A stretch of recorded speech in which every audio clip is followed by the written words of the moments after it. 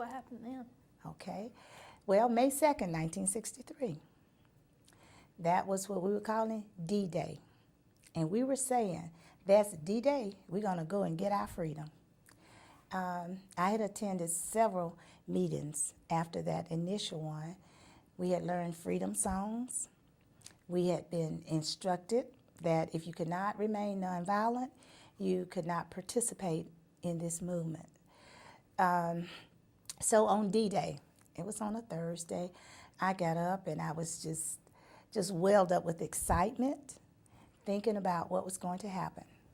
We knew that if we paraded without a permit, we were going to jail. So I had packed my purse, got my toothbrush, soap, deodorant, all the things I thought I would need for a nice overnight stay. And my mother sensed something was going on.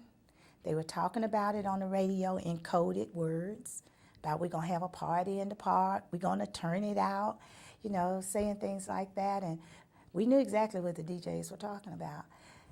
My mother cautioned me. She said, I'm sending you to school. Don't you go anywhere and get in any trouble. I don't have any money to get you out. I said, yes, ma'am. That's what she needs to hear. That's what I said. But I was going to school. I just wasn't going to stay. So because the plan was to go to school and then walk out. So we went to school, and everybody was talking about it. And when we went to first period class first and then to homeroom, when it was time to go to homeroom, we started walking out in droves. People were driving around the campus offering rides to 16th Street Church, but most of us chose to walk. We walked and we were singing freedom songs, and when we got to 16th Street, there were people everywhere. In the park, on the steps, in the church, all over. And the excitement just intensified. And when we went into the church, we sang, we prayed, and Andrew Young and James Bevel were in charge. They lined us up in pairs, and they sent us out, I found out later, in waves of 50. I was in that first wave. We joined hands, walking out in pairs, singing, "We Shall Overcome." Got maybe a block away from the church before we were stopped. Police officer, speaking through a megaphone, told us that we were in violation of a city ordinance. We could not parade without a permit. We could get out of the line, nothing would happen. If we remained in the line, we were going to jail. That was a very intimidating moment for me personally. I was not accustomed to disobeying adults, especially a white male who had a stick in one hand, a pistol on his hip, and I kind of wanted to obey him. Someone further back started singing, "We Are Not Afraid." That gave me the courage to remain in the line, to get in the paddy wagon, and to go to jail. Keep going. Okay. We went first to, we had been told to all say we were going with the same age so that we would go to the same place. I didn't know it was a strategy. I just thought that was something we were doing. So we were saying we were 15, most of the girls. If you were 15, they got us from family court and carried us to the county courthouse. It was interesting to me that as people continued to be arrested, the family court was just jam-packed. So they had to call a school bus to get us. Birmingham City didn't have school buses at that time. So I had my first ride in the front of the bus. And I was just as happy as a lark to ride in front of the bus, and left family court, came to county jail.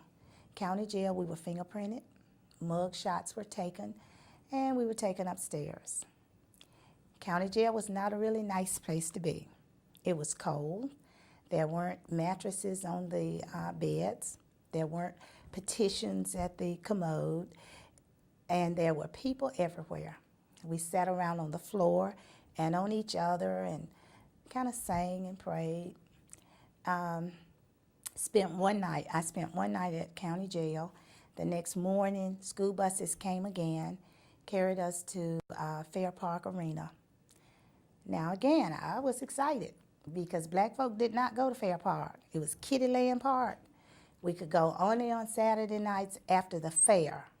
My parents never let us go. So going to Kitty Land Park I thought was going to be exciting. Well, we didn't go to the Ferris wheel and all the amusement park. Went in the back. It was a building that was set up like a 4-H dormitory. There were some beds that had mattresses and linen. I got one of those. And we had lockers and nice restrooms. The floor was tiled. And so it was a much nicer place than county jail. And we sat around there and talked and sang, and I knew a lot of people who were there, and so I didn't feel in any way uncomfortable or anxious. In fact, a news reporter came. Rumors were floating about what was going on in the jails with the kids, and he asked me, how did I feel about being there? And there was a commercial on TV at the time about carnation milk. And the commercial said, carnation cows are contented. So when he asked me, how did I feel about being in jail? I told him I was as contented as a carnation cow. He snapped my picture, and I've seen that in several publications. So how long did you stay out there? I got out on Sunday. So from Thursday? Thursday to Sunday. Okay. There were announcements apparently made in churches that parents could come and sign their children out. They did not have to pay, and there would be no penalty and that kind of thing. So my parents did come and get me out. Of course, we were all expelled from school, but Reverend Calvin Woods also had a daughter who was in that group who had been expelled, and he carried the Birmingham Board of Education to court. And they ruled, the circuit court in Atlanta, I think it was, ruled that we had to be reinstated, and we were. So the only consequence, I think, was that they never cleared our arrest records as they said they would. That never hampered me from anything, though. Yeah, I was going to say, how important is that to you right now? Not a bit, not a bit.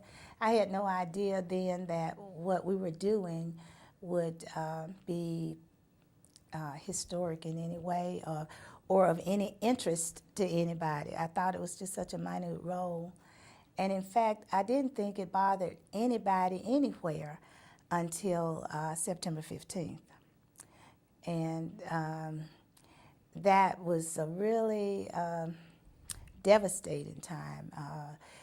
The girls who were killed in that bombing, I knew I had a connection with at least 3 of them. Denise McNair, her father, used to be our milkman. Carol Robinson, her father, used to be my band teacher. And Cynthia Wesley and I had become friends when she was adopted by Gertrude Wesley. And because I have such a large family, everybody at Ullman High School with that last name, Wesley, was my sibling, except Cynthia. But people thought we were sisters. And so I think she was the first young person that I knew who died, let alone had been killed. And so I found that to be a very, very devastating thing. And I thought so unfair because they had not demonstrated. They were in Sunday school, and I just didn't know it would bother someone to the extent that they would do something like that. It's probably difficult to answer the question without the church bombing in your mind, but Right. Can you just talk a little more about your family's feelings about what you were doing and also teachers? My family's feeling, I think my mother and father were afraid for me, for my safety. I had no idea that I was in any danger, so I didn't have any fear. I think when I was released, that they were relieved that nothing had happened. However, by that time, my brother was in jail. But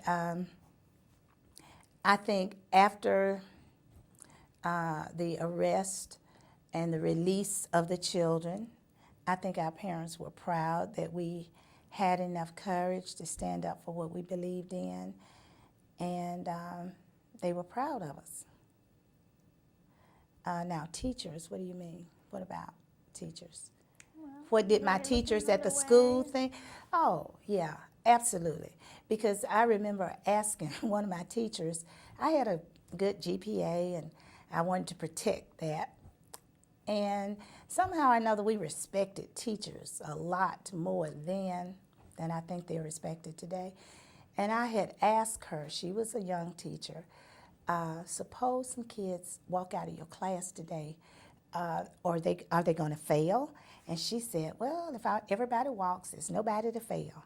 And for me, that was saying it's okay to do it. Yeah, so I think the teachers really were okay with it. They couldn't say it, but they didn't try to stop it. Okay. You've spoken to so many of the important